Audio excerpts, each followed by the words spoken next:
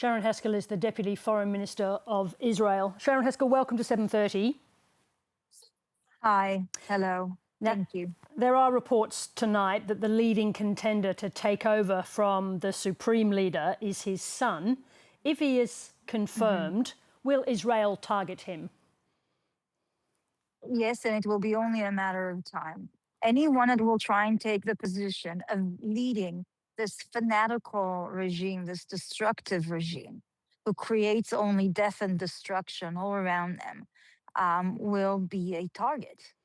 So will Australia, I beg your pardon, will Israel keep assassinating Ayatollahs until you get a leader that you approve of? No, absolutely not. I mean, look, it's not about the actual person, but about the goal.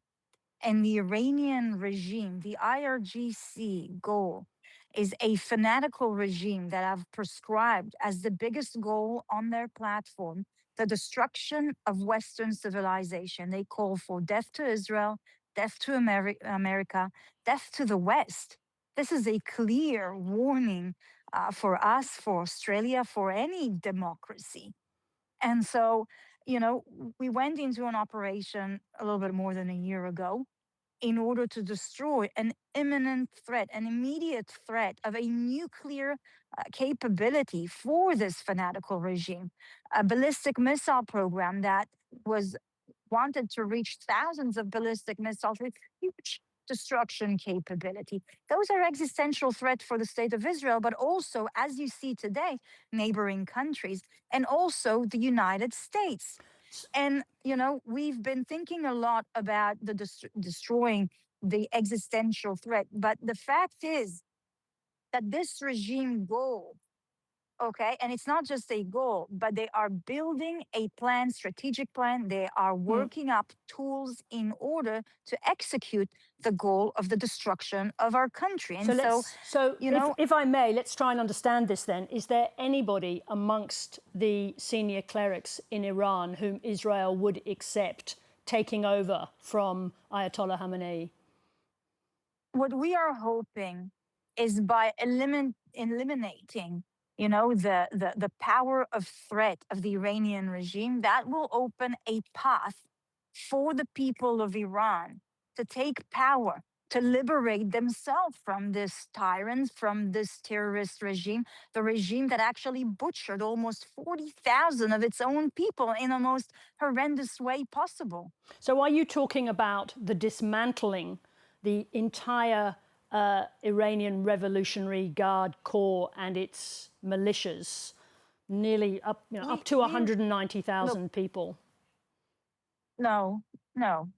We are targeting their sources of power of destruction, like their nuclear program, like the ballistic missile program. Tonight, we went and launched, a whole operation to try and eliminate as much as possible the ballistic launchers, rocket launchers, which was very successful as well. So we are targeting the actual tools of destruction that this regime actually have, and the one who are the master plan and the power behind to execute the plan of destruction, of eliminating Israel and of eliminating Western society. I think it's very clear that any decent human being understand the danger of this regime, and anyone should support the change of power into a democratic power, or to liberate the Iranian power from such a vile, monstrous, and dangerous fanatic regime. So let me understand this. Donald Trump says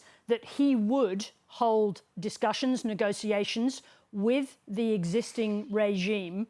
Would Israel also do that? Look, I think that Trump was very clear that there are no negotiations right now. They had the opportunity, and what they did while they were negotiating is buying time. And we know, the American knows, the Australian knows, that they were buying times in order to take the nuclear plan and the nuclear equipment that they've had to dig it underground deep enough so that even the American bombers will not be able to reach it, which would mean, in reality, immunity to the Iranian regime. All right, They bought time in order to move also the ballistic missile program underground so that the production of it will not be able to be harmed.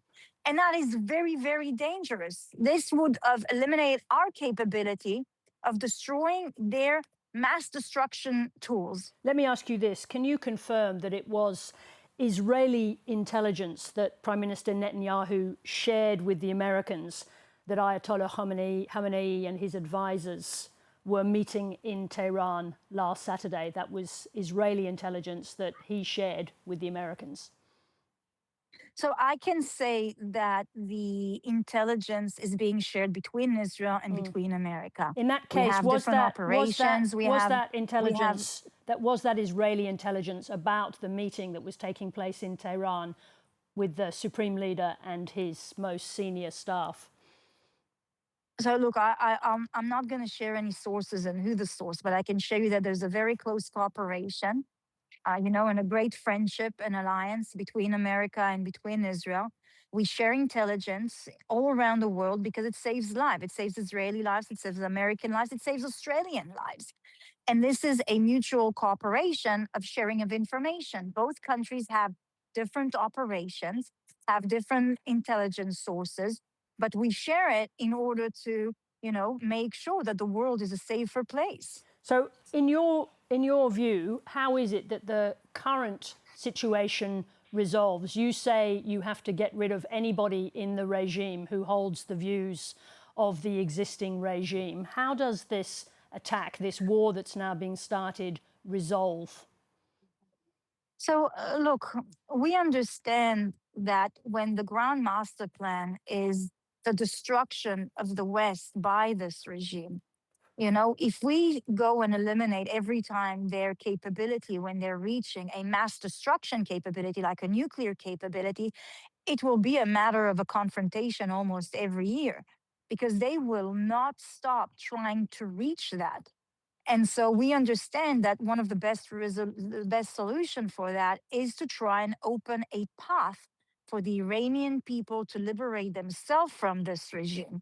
If they will be a leader that will be taking that charge, maybe a democratic force, maybe the Shah, maybe anyone who their love for their people is greater than the goal of death and destruction, I think that would be a positive outcome, not just for our region, but for Iran itself and the Iranian people. You've just mentioned the Shah. I think that Donald Trump has already said that he is not the person he expects to take over. So where is this democratic leader coming from within Iran who's going to be able to deal with a very large, financially entrenched Iranian Revolutionary Guard Corps? I think at the end of the day, that needs to be the decision of the Iranian people. They need to choose their leader. I think they are the one who needs to liberate themselves.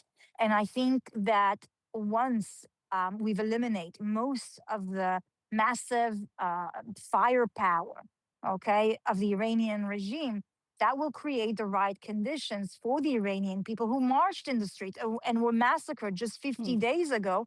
That will open a path for them to actually succeed in liberating themselves. Sharren Haskell, thank you very much indeed for joining us. Thank you very much. Thank you.